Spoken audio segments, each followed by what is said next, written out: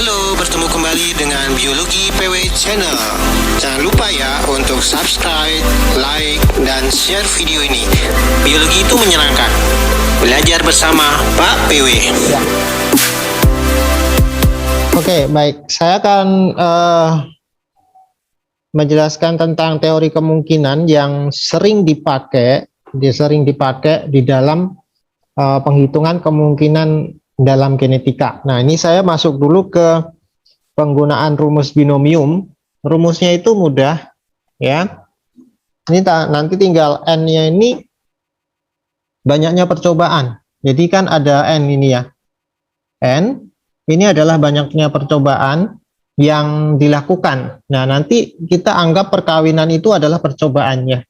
Jadi berapa dia menghasilkan keturunan, kemudian menghasilkan anak berapa, itu kan berarti itu percobaannya, ya. Ya, baik. Untuk yang rumus yang kita pakai itu A plus B pangkat N, nih. Ya. A plus B pangkat N. A dan B itu adalah kejadian atau peristiwa yang terpisah. Jadi kita anggap itu peristiwa yang terpisah. Sedangkan N itu adalah percobaan, banyaknya percobaan yang dilakukan. Nah, kita kasih contoh ini kalau di matematika seringnya pakai ini ya, pakai uang logam gitu ya, teori kemungkinan pakai uang logam. Jadi misalnya ada 3 uang logam, ya kita melakukan tos dengan 3 uang logam bersama-sama. Berapa kemungkinan kita akan mendapatkan 1 kepala, 2 ekor, ya 1 kepala, 2 ekor pada ketiga uang logam itu. Karena digunakan 3 uang logam, maka tentunya N itu adalah 3. Jadi banyaknya percobaan atau banyaknya objeknya gitu ya, 3. Jika kita melakukan tos dengan sebuah uang logam, kan kemungkinan mendapat kepala adalah setengah ya. Sama besarnya juga dengan kemungkinan mendapatkan ekor. Itu kan hanya 2 sisi ya. Jadinya setengah. Ya, itu kemungkinan untuk mendapatkan kepala atau ekor. Ya. Nah, andai kan kemungkinan untuk mendapatkan kepala itu setengah dan B itu juga setengah atau mendapatkan ekor itu setengah, ya, maka ini kan misalnya A dan B itu ya, tinggal masukkan rumus saja. Kemungkinan untuk mendapatkan ekor setengah, maka A plus B pangkatkan N, ya. Jadi A itu adalah kemungkinan mendapatkan kepala, B itu adalah kemungkinan untuk mendapatkan ekor. Jadi ini pakai apa ini? Segitiga Pascal, kalian pernah dengar ya, pernah membuat rumus segitiga Pascal? Nah, nanti kita ingatkan lagi kalau udah lupa. A plus B pangkat 3. Jadi A pangkat 3 menjadi 3A kuadrat B plus 3AB kuadrat plus B pangkat 3. Nah, sekarang kita masukkan saja perumpamaan di atas ke dalam rumus, sehingga misalnya adalah kemungkinan 1 kepala 2 ekor, maka kita memakai persamaan yang ini. Kan A itu adalah kepala gitu ya. Berarti ini pakai ini aja. Ya. Yang sini kita masukkan rumus di sini. Maka tinggal kalian masukkan 3 kali setengah kuadrat. Ya, dipangkatkan 2. Maka hasil akhirnya adalah 3/8. Ya. Mudah ya. Apakah ada pertanyaan sampai sini? Ini rumus yang mungkin sudah sering kalian temukan ya di matematika, karena ini kan teori probabilitas kemungkinan dari suatu kejadian. Nah, sekarang kalau kita terapkan dalam genetika seperti apa? Mungkin ada yang sudah pernah lihat soal seperti ini ya. Contoh soalnya adalah mempelai baru tidak setuju dengan anjuran pemerintah untuk ber-KB karena mereka beranggapan bahwa banyak anak, banyak rezeki dari Tuhan.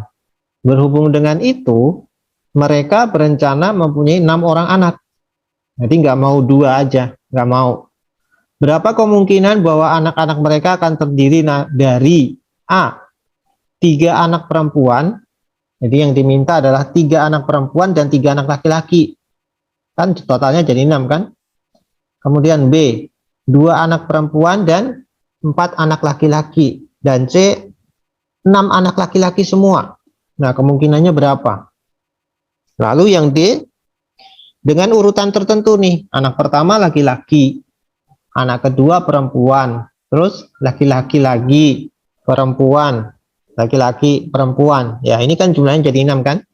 Nah, itu kemungkinannya berapa? Nah, kalau kita melihat berdasarkan contoh yang tadi gitu ya. Contoh kejadian yang saya berikan di koin tadi gitu ya. Kita tinggal terapkan aja di sini. Jadi karena diinginkan adalah 6 anak gitu ya, 6 anak, maka n-nya sama dengan 6. Benar nggak? Nah, lalu kita masukkan rumus saja. A plus B pangkatkan 6. Oke. Nah, untuk menghitung ini kan kita bisa menggunakan segitiga Pascal itu ya. Jadi kan 1 gitu ya. Terus ini 1 2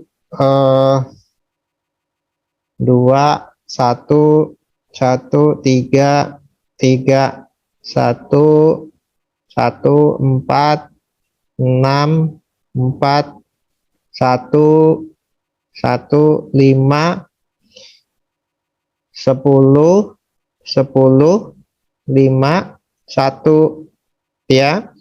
Kemudian 1 6. Ini berapa nih? 15 20 15 6 1 ya. Berarti ini kan 1 sampai 6 itu ya, 6 kejadian. Berarti kalau kita uraikan A plus B pangkat 6 gitu ya, sama dengan bagaimana? Nah, tinggal gini kan, A pangkat 6 plus 6A pangkat 5B ya, plus gimana nih? 15 ya. 15 A pangkat 4 B-nya jadi berapa? B-nya jadi 2 ya, plus 20 A pangkat 3 B pangkat 3 plus pangkat 3 ya. Terus 15 lagi, 15 A pangkat 2 A pangkat 2 B-nya jadi 4 ya. Oke, plus 6 lagi, 6 A-nya 1, kemudian B-nya kan naik ya, B-nya 5, kemudian plus 6AB 5 sudah ya, plus B pangkat berapa? 6 ya. Jadi persamaannya kan jadinya seperti ini. Kalau ini udah ketemu persamaan pangkat 6-nya ini udah gampang ya kan, hitungannya pakai segitiga Pascal ya. Jadi pakai ini, istilahnya adalah segitiga Pascal. Oke, nah sekarang kita tinggal cari nih A. Kita udah punya persamaan seperti ini A. Nah, sekarang 3 anak perempuan ya, dan 3 anak laki-laki. Tetapi sebelum kita mencari A ini, kita udah tahu dong kemungkinan A ini adalah misalnya kemungkinan lahirnya anak laki-laki. Anak laki-laki ini berapa? Setengah kan? Kan nggak mungkin ada anak yang di luar laki-laki atau perempuan ya. Jadi kemungkinan mendapatkan anak kan cuma anak laki-laki itu cuma setengah ya. Kemudian yang B juga begitu, kemungkinan anak perempuan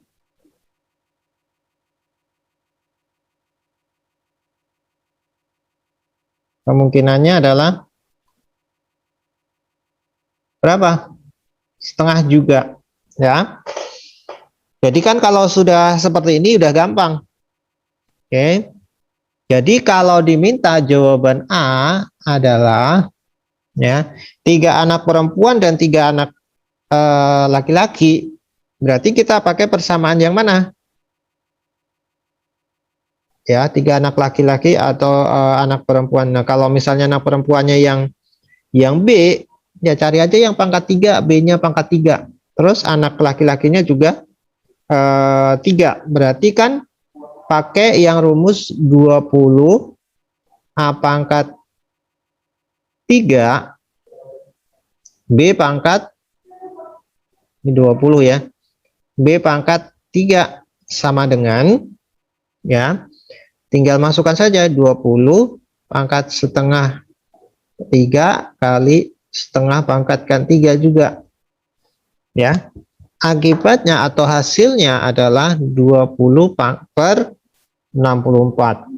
Jadi ini kemungkinannya untuk mendapatkan 3 anak perempuan dan 3 anak laki-laki, ya, udah ketemu. Lalu yang B, ya, untuk mendapatkan 2 anak perempuan, berarti kan B-nya pilih yang 2. Terus 4 anak laki-laki, berarti A-nya 4. Berarti kan pakai yang ini ya. Nih, pakai yang ini. Berarti 15 A pangkat 4 B pangkat 2. Ya. Atau ya, benar. Nah, seperti ini.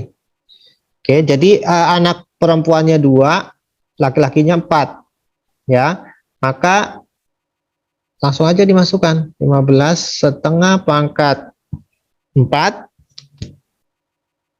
kali setengah pangkat 2 sama dengan berapa, dihitung 15 per 64.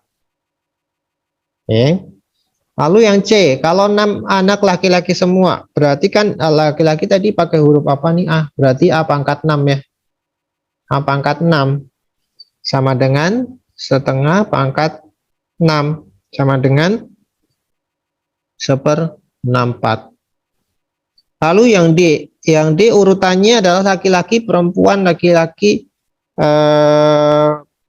perempuan gitu ya. Jadi ini sama, ya, tinggal dikalikan aja kalau urutannya ya. Setengah kali setengah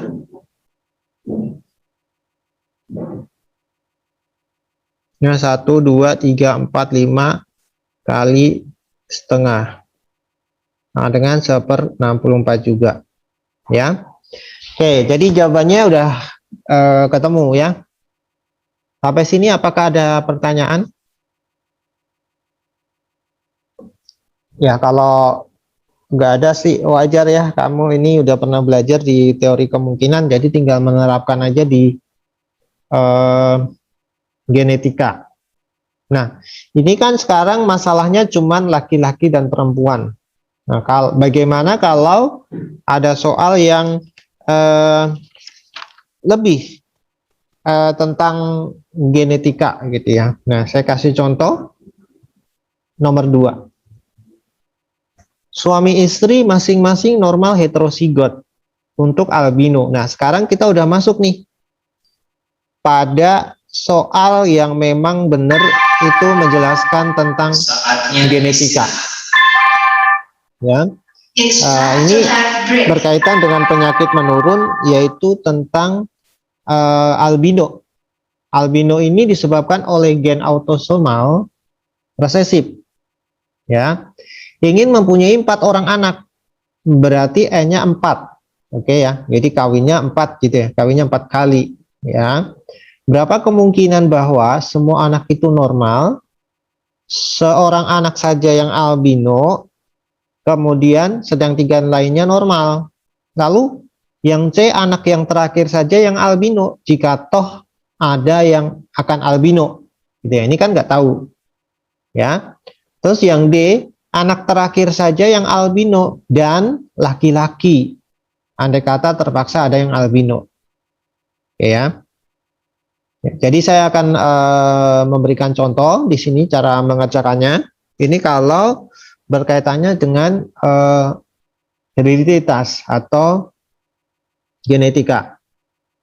Oke, nanti kita lanjut aja ya, istirahatnya di belakang nanti. Kita sampai jam 9.30. Oke, baik. Jadi kita tahu N-nya ada berapa? N-nya ada 4. Berarti kita pakai rumus binomial yang persamaannya adalah A plus B pangkat 4 kan. Terus A itu kita umpamakan adalah kemungkinan anak normal. B itu adalah kemungkinan anak albino. Benar nggak? Anak albino. Kan ini berkaitan dengan penyakit albino. Berarti ada 2 kemungkinan, anak normal atau anak albino. Ya. Nah, sekarang kita cari dulu nih, anak normal berapa, anak albino berapa kemungkinannya. Nah, berarti langkah selanjutnya adalah caranya adalah mengawinkan dulu. Kalau di situ ada paretal, suaminya itu masing-masing normal heterozigot, berarti kan normal heterozigot itu kan seperti ini, ya. Lalu kawin dengan ibunya juga normal heterozigot, nah seperti ini kan.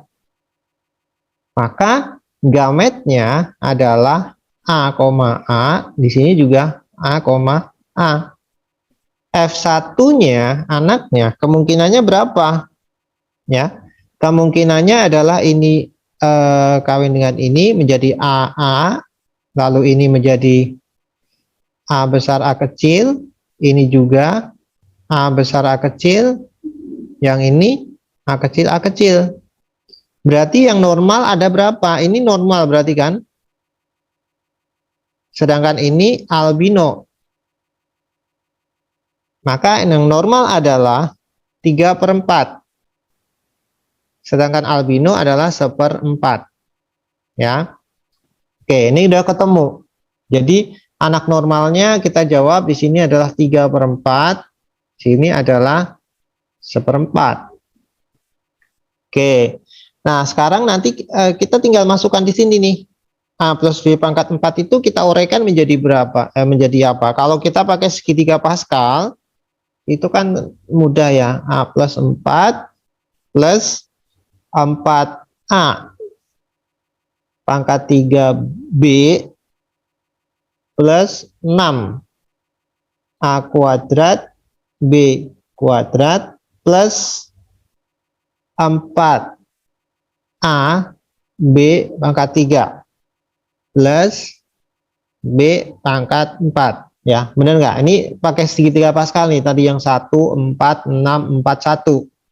Ya, karena ini N-nya adalah 4. Oke. Nah, sekarang kalau kita sudah memiliki persamaan ini, kemudian kemungkinannya udah ketahuan ini, gitu ya. Kita tinggal masukkan di rumus. A, semua anak itu normal. Normalnya berapa? 3/4. Semua, berarti tinggal pakai rumus yang A pangkat 4 aja. Maka kemungkinan anak normal berapa? 3/4 kan? Pangkatkan 4.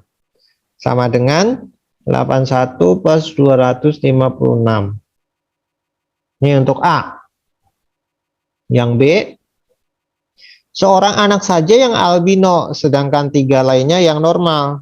Ya, berarti 3 yang lainnya normal kan berarti A-nya pangkat 3. Ya, berarti kita pakai persamaan yang 4A pangkat 3 B, ya, karena kan 1 albino, ya, maka jadinya 4 kali 3/4 pangkatkan 3 kali 1/4 sama dengan, nah kalau kalian hitung pakai kalkulator ya, 108 per 256. Yang C, anak terakhir saja yang albino, jika toh ada yang akan albino. Jadi jika toh ada yang albino, berarti ini kan pakai urutan. Berarti kan kemungkinannya itu adalah normal, normal, normal, albino. Maka tinggal kawinkan saja. 3/4 kali 3/4 kali 3/4 kali 1/4 sama dengan 27/256. Lalu yang D, anak terakhir saja yang albino, lagi pula laki-laki. Ya, berarti kan ini udah ketemu kan? Berarti ini anak terakhir saja yang albino. Berarti kan 27/256. Nah, dikalikan lagi dengan siapa? Kemungkinan anak laki-laki dan perempuan berapa? Setengah kan ini sini. Lagi pula laki-laki. Maka di sini dikalikan setengahnya di sini. Maka sama dengan adalah 27/512.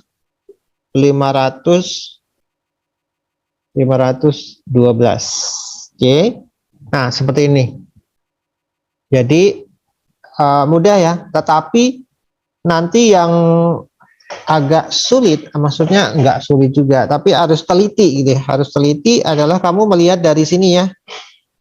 Perkawinan ini penting untuk menentukan berapa normal dan berapa yang berpenyakit. Berarti kan kamu memang benar-benar harus paham itu disebabkan oleh gen apa dan menghasilkan anak seperti apa ketika mereka melakukan perkawinan.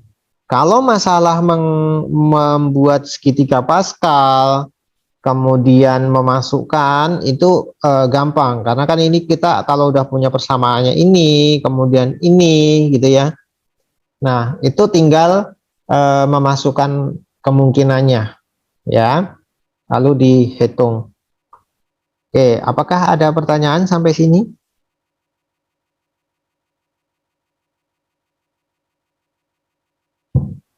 Diam berarti paham ya. Diam berarti paham. Oke, nah sekarang saya akan stop sampai sini. Ini saya beri contoh 2 kasus ya. Nah, kalau ada seperti ini ya. Nah, di sini berarti kan mempunyai 5 anak ya. Nah, yang di semua anak itu kidal, semua anak itu normal, anaknya normal kecuali anak nomor 2 yang kidal. Nah, ini bagaimana caranya? Nah, oke. Silahkan kalian Terima kasih ya yang sudah subscribe, like, dan share video ini. Biologi itu menyenangkan.